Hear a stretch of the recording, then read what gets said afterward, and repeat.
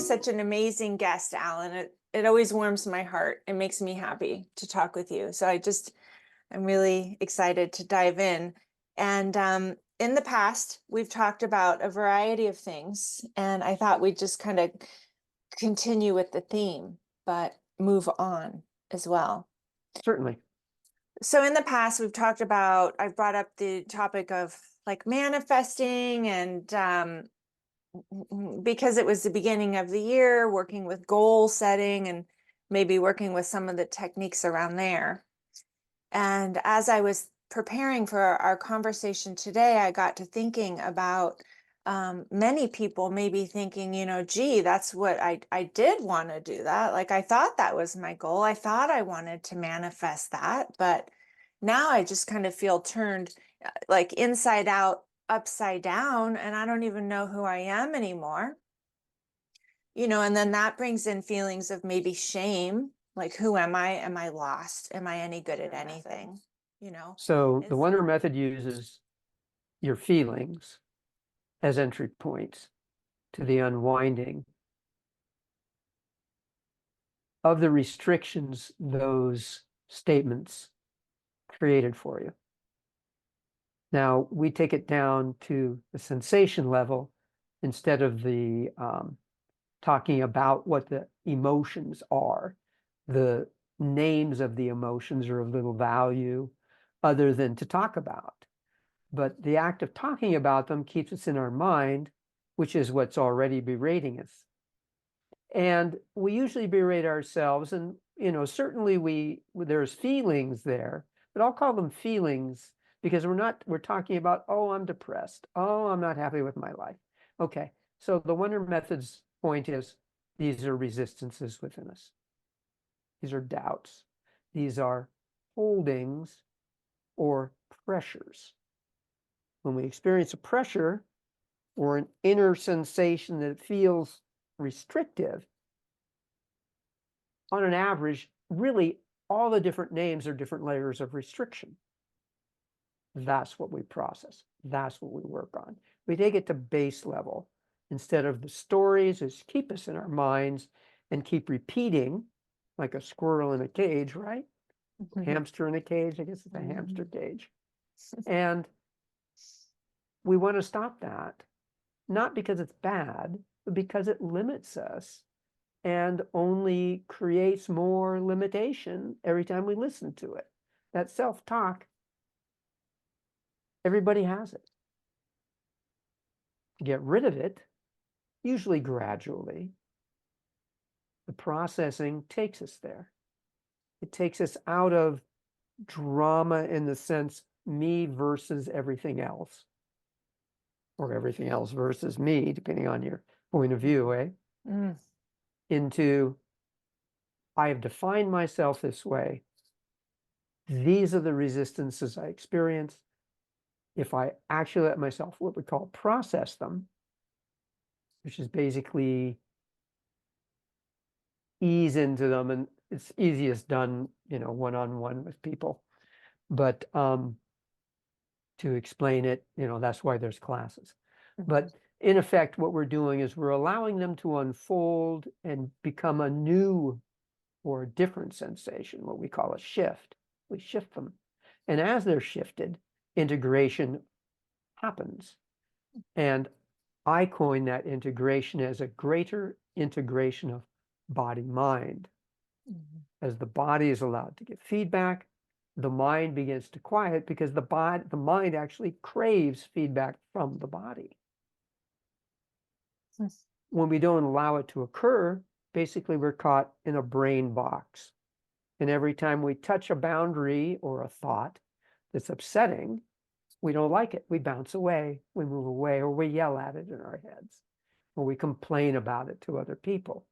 Or we push it away. Yeah, we push it away. What they call swallowing our emotions, etc. So instead of that, we actually let them occur. Not in the sense of being overwhelmed by them, but in this case, the sense of integrating them and becoming through them. That action quiets the mind because now the mind is actually getting the feedback it needs to fulfill it. Because a lot of the people don't feel fulfilled.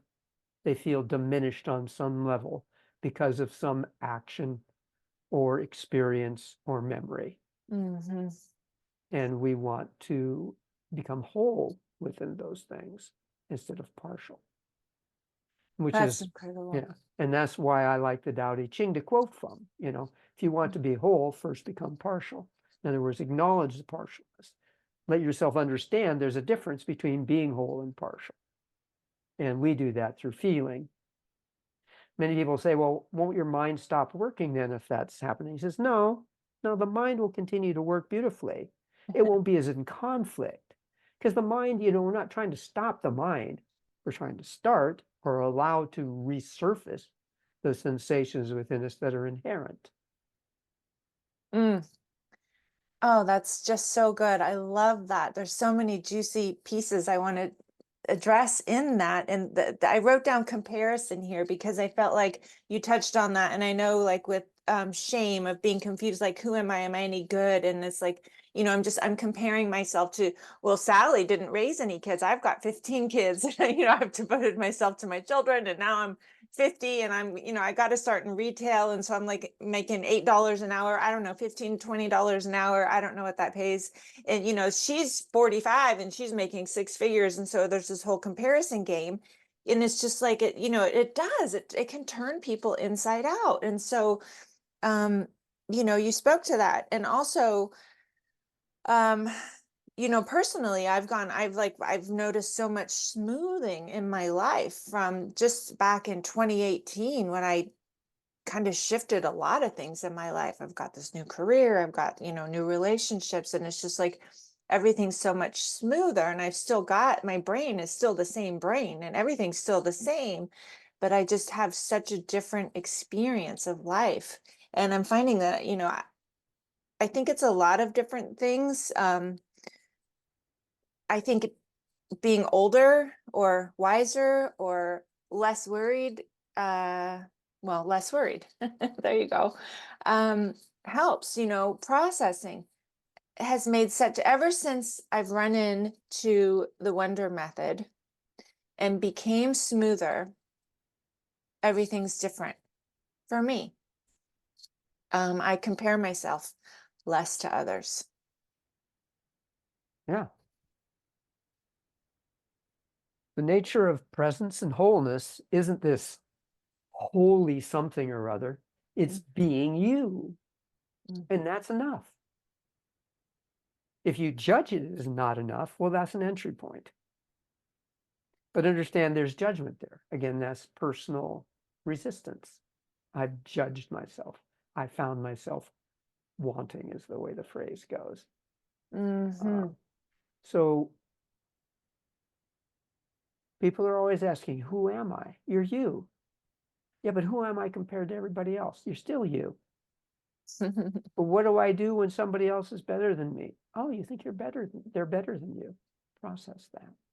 We use those as entry points. See, they're just all mind chatter. That's the self-talk going round and round and round again. And when you listen to it, it never stops. So how do you decrease it? The model we're using is through sensation. It's simple, can be done anywhere. You don't need to carry books around with you. It's a very simple four-step process. And it could be just one-step process, really, which is feeling. But there's always variations within a theme that may make it easier for you. And so we address that in the courses and the book and stuff. It's just, it's a question of applying it. Yeah, and it's been so helpful. I've been in a variety of your classes. I mean, there's only two levels. There's two awesome levels within the Wonder Method. It's simple, as you say. It's not complicated. It's simple stuff, but it just takes that practice and that consistency to really get And it. the purpose of the classes is first to introduce you to it, because it's pretty unusual for people to tell you it's okay to feel. And not like going to what I think of as a psychologist or a psychiatrist kind of feeling with talk therapy and that, or primal therapy. This is very gentle. Mhm. It's a bit subtle, but it's only subtle because we're not used to giving ourselves access to sensations. We're used to pushing them away or to acting them out. And we don't need to. We can live a different way. And it's a choice. How would you rather live? Would you rather live in inner balance or inner conflict? And then it's application. And it sometimes it seems ad nauseum the number of times you have to repeat things. But those are the layers that arise. What arises, arises. The Tao Te Ching would say the master lets things rise. And she also lets them fall. Things arise and she lets them rise. Things fall and she lets them fall. It's not about the conflict. It's about the balance. But we're not being like, like they'd say, oh, it's okay with me if I get a rock in my eye. No, it's not okay for anybody to feel good about a rock in the eye. But it's not about the conflict of why did somebody hit me with a rock and all that. There's conflict. I will do it. After a while, you no longer need a rock in the eye to note that there's conflict in your life. And I think of it literally as I create this model of things that occur in my life. And, very unconsciously. Mm-hmm. And then eventually consciously, I suppose. But it's more about everything I used to say, okay, it's that fault. No, it's my resistance. It's not a fault. Isn't it wrong? It's not bad. See, I'm not judging me. I'm just letting it unfold me more. I think of them as every conflict is the opportunity to evolve. And now the question is, would you like to? And people say, well, who will I evolve to? I'll say more of you. This is that enough? Everybody's enough. That's the thing. Everybody's enough. Well, people say, well, what about, people that are schizophrenic? And what about people that are born with diseases or mental capacity diminished and that kind of thing? Says, well, their focus may be different at this time, but it's still something they can do if they choose to do it. To what level of efficiency? I don't know. I'm not playing that game, so to speak. That's not me. I have worked with people that have been in those situations, and everybody's had some improvement at least, but I don't follow them for years. Usually I just give them some lessons. So, over the years, I've probably worked with thousands of people. And between, I used to have videos of different things that were put out. So I reached a lot of people.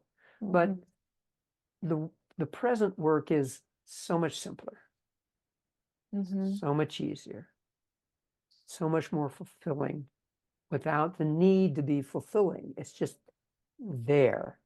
And that's the part that's hard to describe, because it's like until you've made a hole in one, you don't know what it's like to make a hole in one. Or like you've taught in your classes, or you do teach in your classes, speaking of the sensation level, feeling while speaking or feeling while listening, right? And the texture and the awareness that brings to me when I do it is palpable. I mean, other people around me notice it. Of course, they don't notice it, but they notice there's something about you that I like, and I like having you around, and I want you here. Right. And it's like, all I'm doing is feeling and sensing and just being present, and a That's lot it. of people don't get that reflected or mirrored back to them, right? It's everyone else is trying to think of the next thing to say, or the whole like competition piece of, oh, I've got some, Yeah, I too have something to share along that line. Yeah. But I don't. Again, I'll go back to the Tao Te Ching. I alone am expressive like an infant before it can smile. It's just there. It doesn't need anything. It doesn't require things of others. It doesn't mean you don't care about people. You might care deeply about people. It's that you're not in conflict about the caring. You're not trying to make somebody else change. they choose to follow the path, and that includes change, then they're following the path. And if they don't, then they don't. It's Mhm. okay. And so many people, that like the whole inside out, upside down thing, um, the game of transformation, like, we're always evolving. That's what we do as humans, is evolve. And whether it's conscious or not, that's a whole different point, right? But Yeah. Yeah. a lot of people do want help. Like, who am I? And it's like, well, who are you not? In a lot of ways, yeah. Yeah. Mm-hmm. Knowing oneself, people think that that means I can write this down and I know who I am. But when you read the texts that talk about that, all they can do is talk around it, because you can't know it, but you can be it, is the way the Tao Te Ching would put it. Mm-hmm. And so, are you willing to give it a shot? Mm. The worst that's going to happen is nothing will change. The best that can happen is you'll know who you are. Not in the sense of, oh, I'm a well-known psychic in the world. It's this is who I am. This is what I do. Mm-hmm. If you find that valuable, I'm happy to work with you. If you don't find it valuable, it's okay with me. Mm-hmm. I love that. And so instead of kind of hiding behind fear, or, I was listening to someone else talk recently about how in relationship often we'll give our power away to the other person and then say, well, that person needs me to do this, this, this, and this. So I'm going to do those things to make the other person happy. Meanwhile, I'm not doing what I really want to do. But it's kind of like a backwards way of hiding from yourself, because now you have this relationship where you're meeting the needs of that rather than your needs, but you're then blaming it on that person. And it's like, well, Right. why don't It's you your just, choice. It's your choice. yeah, it's You're really choosing, interesting but how I we do need to that. stay with them, I say. Uh-huh. Uh-huh. And I would say, feel the sensations. Do you Yeah. need to stay with them?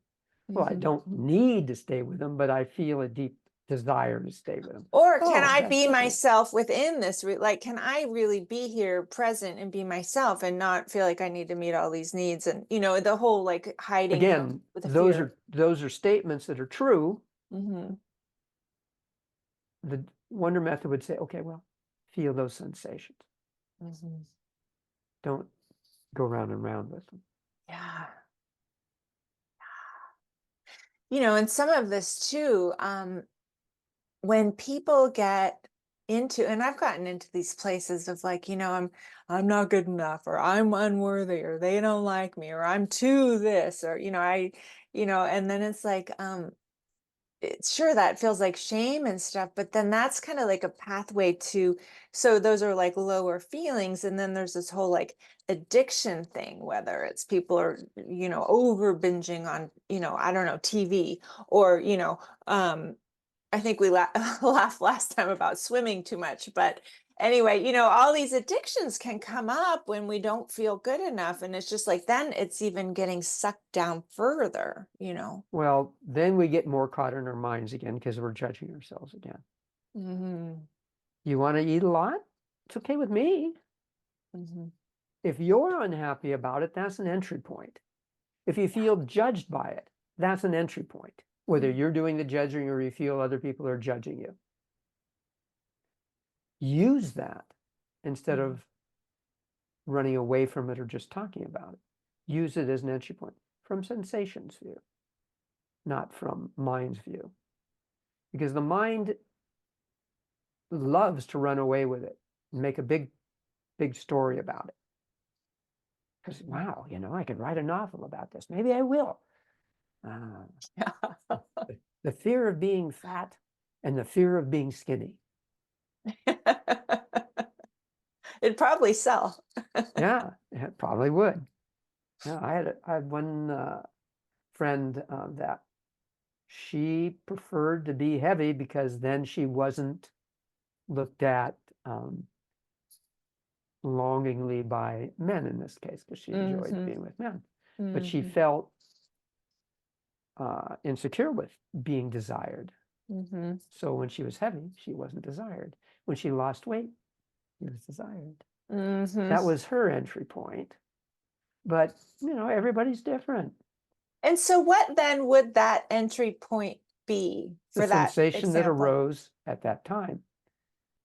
I'm afraid to be thin because men desire me. Uh-huh. And there's a sensation there. And it doesn't have to be a perfect wording. Mm-hmm. It's just, we're verbalizing. So verbalization is what we're using. Mm-hmm. Mm-hmm. Gotcha. Exactly. I remember in my early 20s when I was in therapy, and she used to tell me, you're not feeling your feelings. You need to feel your feelings. And being told you need to feel your feelings isn't helpful at all, because then that's like, well, that's another thing I don't know how to do. I mean, can you Yeah, teach yeah. me? Can you teach me how to do that? And luckily I ran into you, and I was able to actually learn how to feel my feelings. And I remember thinking back, and I wish I still had her phone number. I could tell her, you need to be teaching your clients this. Yeah. But it really is an art form to be present and to tune into those subtle, I mean, it's just amazing how the stuff isn't taught, you know? Yeah. I mean, it is, obviously it is taught, but I mean, It's as taught, a but it's kid, not mainstream. yeah. It's something that is, it's a very hidden path in a sense because it's outside the norm. Mm-hmm. It's not fashionable to be present. It's fashionable to talk about being present. It's not fashionable to be who you are. It's something you give lip service to. So it just takes practice, retraining. I mean, basically, if we had, I've worked with younger kids, a few, not a lot, but Mm-hmm. they're so easy to work with because Mm-hmm. they haven't had as much brainwashing as the older people have, well, certainly as much as I had. And it's just natural. They're natural feelers. Mm-hmm. That is the way they are. That's why, Gaston Bachelard says, every event in the life of a child is a world event. It's because they don't have any background. They don't have any other experiences that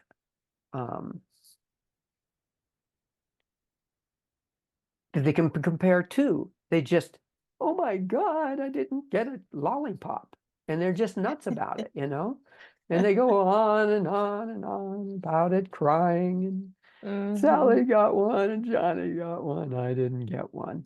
Well, and the interesting thing about that too is often kids will have an emotional reaction about the lollipop, but actually it was something like deeper. It was like actually they're processing, they had kind of a rough day at nursery school or something at school, and but then they Yeah. want to kind I don't know of if it's quite that organized in their mind. no, but that's, I mean, it's not organized, but these kids, we all have these emotions. We had an experience prior, and then it kind of floated away and became background. And then here we are at this Yeah, and lollipop then it gets moment, and it triggered again with a triggered. different, something similar Yeah. that plays that game. But again, if you just tell them to feel lightly the sensations inside, and with as an instructor, I'm allowing myself to sensate that stuff, and all our instructors are trained to do that. Mhm. And then they can point out, feel that? That's what we're talking about. Yeah. That's a sensation. But it's so small. Oh yeah, these are little things. And then the next time they'll say, but it's so big. I said, oh, you think it's big? Notice the sensation. You don't let people get into the story. You just bring people back to sensation. Because if you let them go into the story, you're going to be here all day and probably for months. Mhm. But if you get them to go back to the sensation, back to the sensation. And people need to be reminded, particularly in the beginning, because they're used to listening to the mind, not to the sensation. And it's like I liken it to the soft, gentle whisper. It's just this little tiny thing in the beginning.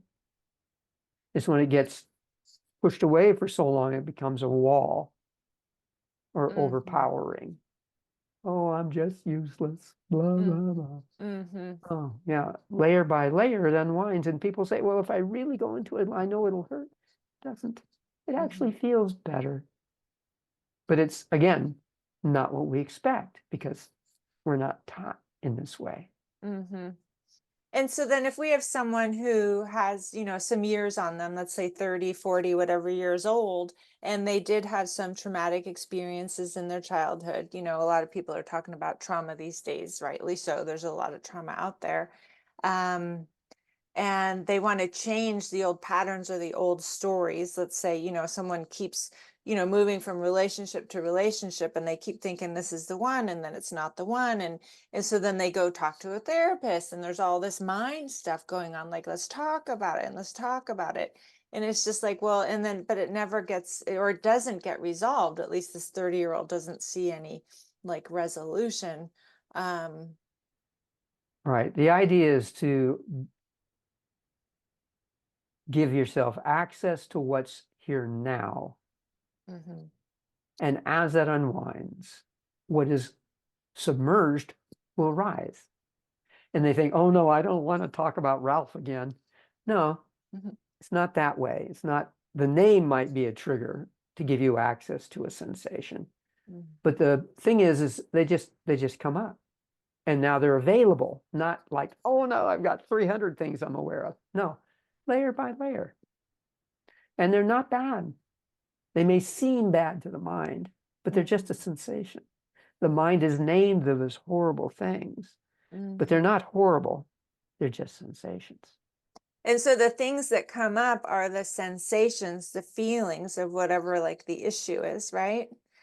And So it so, appears, yes. uh-huh. And so then in a session, let's say there's a wonder method session going on, and then like, I can imagine someone listening going, well, how many layers can I like remove in a session, It's like, well, quite a few actually. But Yeah. we never know. The You trick don't know is, what the tipping point is that yeah. brings integrity to your system. But we do know that with each layer that is unfolded or reintegrated, it's a little too defined a set of words, but it's what we got. Mhm, Um, you feel better as it's occurring. mhm, So it's not like, you don't feel good until the whole thing's unwound. No, you feel quite good a lot of the time until mhm, something triggers another layer, at which point, if you're willing to do it, it actually goes pretty quick. If you're fighting it, well, then it goes rather slow because you're back in the mind versus the submerged you, so to speak. mhm, I don't want to feel that, and that one was bad. They mhm. were all bad. They were all less than desirable. Right. It's just that, now the mind has really built it out of proportion. Yeah. And energy healing is a truly wonderful option to um, feel better, to unfurl, to unwind the pain and Yeah, the tension. if you have, say you're doing a private session for somebody Hmm. and they say, oh, I can't face it. So you as the practitioner will, in a sense, face it for them. Hmm. And as it unwinds, they start to realize that it's not so bad, even though they're not personally unwinding it. It's Hmm. slower because you can only do so many in a session. Whereas if you're by yourself and you have 30 things come up in a day, you can deal with 30 things. It may not all come up in an hour session. Hmm. But if you're, wherever you go, there you are, is the old saying, right? Hmm. So if you have the tools, you can do it anywhere. If you don't have the tools, well, I mean, it's okay that you hire somebody to work with you to do it. It's a perfectly appropriate way to work. It's just going to be slower Hmm. because there's only so many things that come up in a session. But that's Hmm. okay. There's I always mean, more sessions. there's always, yeah, you can always have another session. Many people want to go that route, and that's fine. And so speaking of sessions, what's the difference? Like there's all these different energy healing modalities out there, or at least that there's, a few. And like, for example, Reiki, where somebody's putting energy into someone, or then the Wonder Method, where it's more of a yin approach, you Yeah. know, and people Most, can try whatever they want. And there's probably as many techniques as there are people on the planet, okay. if you come right down to it. Yeah. But generally divided into two things, more yin and more yang. Mm. The yang is the more common one that is around, where somebody does something to you and you get what you get out of that. And they attempt to push you what they call to a higher vibration, or to remove something from you that's stuck. People have results. I mean, obviously it works to some degree, or people wouldn't ever have another session, right? Mm. But to me, those are pushy and require others to adapt to you and your philosophy, rather than for them to find themselves in their own philosophy. And that sounds cryptic, but there you go. Mm-hmm. In the Mm-hmm. yin approach, whatever arises, we allow arise. We let it unfold. The client says, I feel better, but we didn't try to change them. We let them unfold themselves at the rate their systems could unfold. That's really the difference. Mm-hmm. And we're just, in a sense, demonstrating it, but not projecting it, allowing it to happen to us. Mm-hmm. And we're not taking anything on, because it's not ours. Mm-hmm. We're letting resistance experience openness. Mm-hmm. Generally speaking, when some resistance experiences openness, it likes it. And it just changes. Mm. Whereas with the yang, you have to overcome something. In effect, most issues were created by resistance. Yeah, something bad happened, something impacted you. Mm-hmm. And so what the yang models do is they raise the vibration, and they push and they push and they push until they overcome that resistance. We're not doing that. We're doing the exact opposite. We're letting it find its way to unfold, rather than requiring it to change. Mm-hmm. And from my perspective, that's longer lasting. It's certainly less traumatic. Mm-hmm. And you don't have the ab reactions, they call them, where there's a healing crisis kind of thing, Mm-hmm. caused by this overwhelming push from somebody else. Mm-hmm. The yin approach feels more subtle, and I want to use the word more nurturing. It's like, okay, like an invitation to heal, or to There you go. release, There you go. or to express, to allow the nervous system to do its job, rather Yeah. than always asking the mind to do everything, which is kind of modern day society. Yeah. Overthinking everything. Like if someone wants to go move to a different house, it's like, you don't have to overthink it. You can just, well, I mean, you can use your imagination and You can see the certainly, house of your yeah. dreams. The key here again is, if you feel in conflict about moving to a new place, experience a sensation. Mhm. Maybe it's because, there's any number of maybes it's because. But the key is, you feel like you should move, but you're afraid to move. So again, that's processable. That's the personal experience. When you're working with somebody else, somebody could be coaching you how to feel, which would be teaching you how to do it. Mhm. But if you're doing a healing session, then you would feel the sensations that arose as their co-creator, I guess you might call it, Mhm. and let it happen to you. And as they feel more balanced, a lot of times they'll have realizations. They'll say, oh yeah, well, yeah, now I remember. And now I feel comfortable doing that. Or, oh, yeah, I thought I wanted that house, but really what I wanted was the memory of what that house would be. Mhm. But really, I like the house I'm in, or I want a different house, or Uh-huh. whatever. Yeah. It's not about, and again, it's not about right and wrong. You want to do that? Well, okay. Mhm. If it's creating inner conflict, we can be of service. Yeah.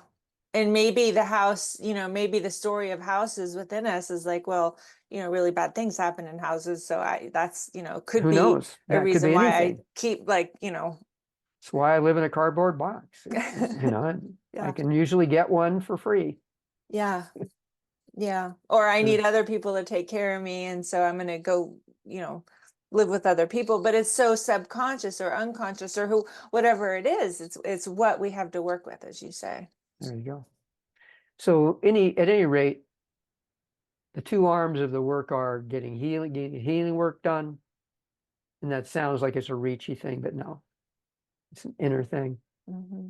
or learning to process yourself. Both are viable. I like teaching other people to do it, Mm-hmm. because then it's like, you can give them a fish, they can eat for a day. Mm-hmm. You teach them how to fish, they eat for a lifetime. Well, it's that kind of idea. Mm-hmm. Yes. And so, we might as well start wrapping up here, but speaking of teaching, thewondermethod.com is where all of the teaching opportunities are. Yeah, the classes are listed there.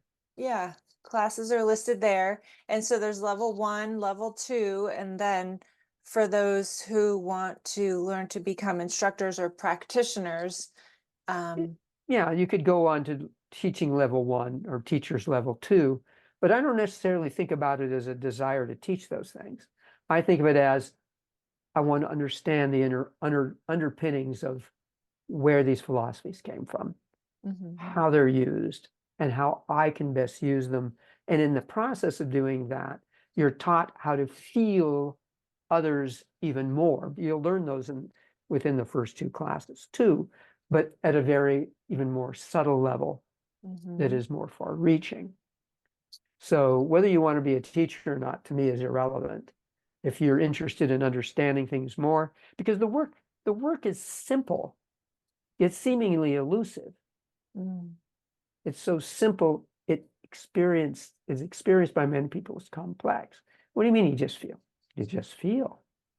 Yeah, I feel all day. No, you play the drama all day about your feelings. Mm. So now it's about learning another way to be. In a sense, you could call it a mystery school if you wanted to. It's about learning to be. Mm. At its bottom line, this is about potentially enlightenment, if you like that word. Because as you integrate, as you become present, if you read the list of what enlightenment is, those are the things that are in it. Okay. Yeah. And it's bigger than that, but the words are not enough. And again, I always, I go to the Tao Te Ching because it just seems like the way it's expressed encapsulates what the work does. Mm. There's other works that do it too, but this is the most succinct of the group, I think. And it's certainly one of the shortest ones. Yeah, because it's 81 statements on life. Uh-huh. So in a recent class, I just wrapped up a class with you last week, which it might have been my favorite class ever. They're all my favorite, Alan, but this one really sunk in so good for me. And I just want to thank you again. But one of my favorite Tao quotes or set of words, because I don't remember the quote that you used, was, we cut a tree to build a house, but it's the empty space that we live in, and I remember going, and that just touched me, and all these do. So maybe we can end with like, what is one of your favorite? Oh, I like the first one. Okay. And I sort of have it memorized, but I'll read it because, Yeah. I'll read it. Thank you. The Tao, or what they call Tao of the Tao Te Ching, the Tao that can be told is not the eternal Tao. The name that can be named is not the eternal name. The unnameable is the eternally real. Naming is the origin of all particular things. Free from desire, you realize the mystery. Caught in desire, you see only the manifestations. Yet mystery and manifestations arise from the same source. This source is called darkness, darkness within darkness, the gateway to all understanding. And this is Stephen Mitchell's translation. Mm-hmm. Yep, got it. And it's the most Americanized of them all. I've got probably a half a dozen of these in different translations. But his is very easy to relate to, very straightforward. Well, you may not think of it as straightforward, but I think of it as straightforward because it while not necessarily how I would have translated it, it comes closest. And Translate what? Translate it? yeah, well, the Tao Te Ching is 3,000 to 5,000 years old, and each dynasty had slightly different shaped characters, had different meanings for the words, even though the characters are similar from, but it's like, you can speak in Middle English and a lot of people aren't going to understand you. So Guang and the Grain Night, it's that 1400s, 1500s kind of stuff. It was different. It had a different base. They didn't have electricity. They had coal, if they were lucky. And, and they used coal oil to burn and, all those things. So the terminology changed, but and so then translating this, there's different versions of oh my gosh, there's a lot of different meanings. versions. Okay, cool. Yeah. And some are considered really close to the original, but they're so close to the original that there's no reference points to today. Oh, right. So, if you were, 1,000 years ago or 2,000 years ago, it'd make a lot of sense, but it doesn't because that's not our framework. But number 14 is another one I really like because to me, the nature of being is like this because people want to name it and talk about it. Look, and it can't be seen. Listen, and it can't be heard. Reach, and it can't be grasped. Above, it isn't bright. Below, it isn't dark. Seamless, unnameable. It returns to the realm of nothing. Form that includes all forms. Image without an image. Subtle beyond all conception. Approach it. There is no beginning. Follow it. There is no end. You can't know it, but you can be it at ease in your own life. Just realize where you come from. This is the essence of wisdom. The word realize engages the mind a bit. So I don't like every word he used, but he's coming from where he's coming from. So fine. That's so beautiful. I love that. And I remember you sharing before, this book helps us recognize that the issues people were dealing with 3,000 or 5,000 years ago are, we're still dealing with these issues.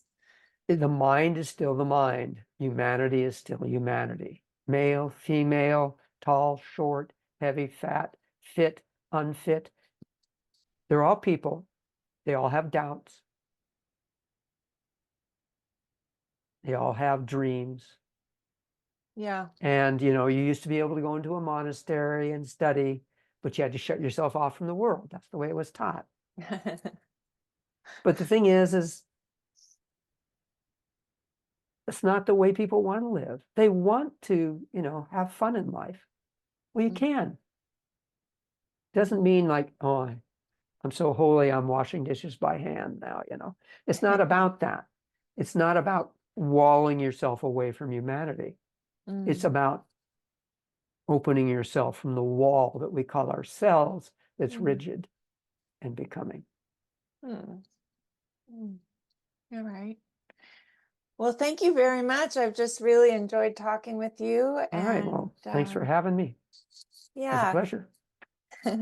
All right. And so anybody who's interested in learning more about what Alain is currently doing, and eventually you'll share your new book on your website, thewondermethod.com. It's a ways away yet, but yes. Okay. Well, we're all excited to see what you're going to be sharing with us in that. So Okay, All right. Alan, well, take good care. Bye for now. Bye for now.